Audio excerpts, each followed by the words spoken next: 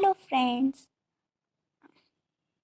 Friends. आज मैं आप सबके लिए लाई हूँ एमएसएन का ऑन्कोलॉजी टॉपिक का। ऑन्कोलॉजी में हम लोग कैंसर के बारे में पढ़ेंगे। ऑन्कोलॉजी कैंसर की स्टडी होती है। इसमें आज हम लोग पढ़ेंगे characteristic of normal and abnormal cell, मतलब कि नॉर्मल सेल और कैंसर सेल के कैरेक्टरिस्टिक क्या रहते हैं। तो चलिए हम लोग स्टार्ट करते हैं। पहला जो होता है वो हम शेप के अकॉर्डिंग देखेंगे।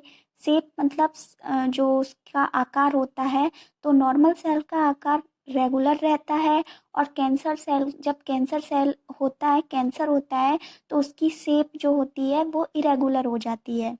दूसरा न्यूक्लियस देखेंगे, उसमें पेरिटोनॉइड होता है और नॉर्मल सेल में, और कैंसर सेल में वो लार्ज दिखेगा, आपको थोड़ा बड़ा दिखेगा और थोड़ा डार्कर दिखेगा। तीसरा है ग्रोथ। ग्रोथ के अकॉर्डिंग देखें तो ये इन कंट्रोल रहता है, मतलब इसमें कंट्रोल में रहता है नॉर्मल सेल में वो। और जब कैंसर का रूप वो लेता है तो उसमें आउट ऑफ कंट्रोल हो जाता है, मतलब अनकंट्रोल हो जाते हैं, सेल बनते ही जाते हैं, वो कंट्रोल में नहीं रहते हैं।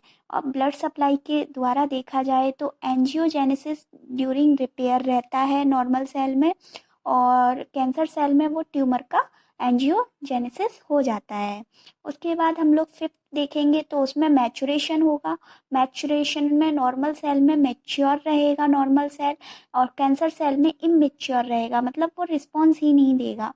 ऑक्सीजन में देखा जाए तो ऑक्सीजन में नॉर्मल सेल में उनको ऑक्सीजन की रिक्वायरमेंट रहेगी, कैंसर सेल में वो ऑक्सीजन ही नहीं लेंगे, उनको ऑक्सीजन का रिक्वायरमेंट नहीं होगा।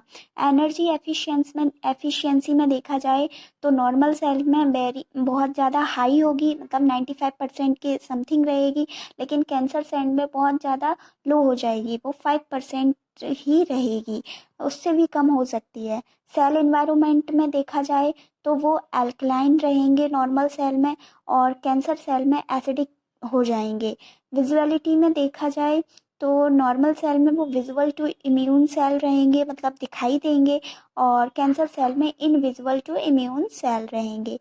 न्यूट्रिएंट प्रेफरेंस में देखा जाए तो फैट, कीटोन, ग्लूकोज, ये सब नॉर्मल सेल में रहेगा, और कैंसर सेल में ग्लूकोज की रिक्वायरमेंट बहुत ज़्यादा होगी। आई होप आप लोगों को ये समझ में आया होगा कि characteristic of normal and abnormal cell क्या होते हैं। अगर 5 नंबर का क्वेश्चन आता है तो आप इनको या तो ये बॉक्स बनाकर लिख सकते हैं, या फिर आप इनको नोट की तरह आप अपने ऑन लैंग्वेज में भी लिख सकते हैं। Thank you. आई होप आपको ये वीडियो पसंद आए, एंड लाइक एंड सब्सक्राइब करना ना भूलें।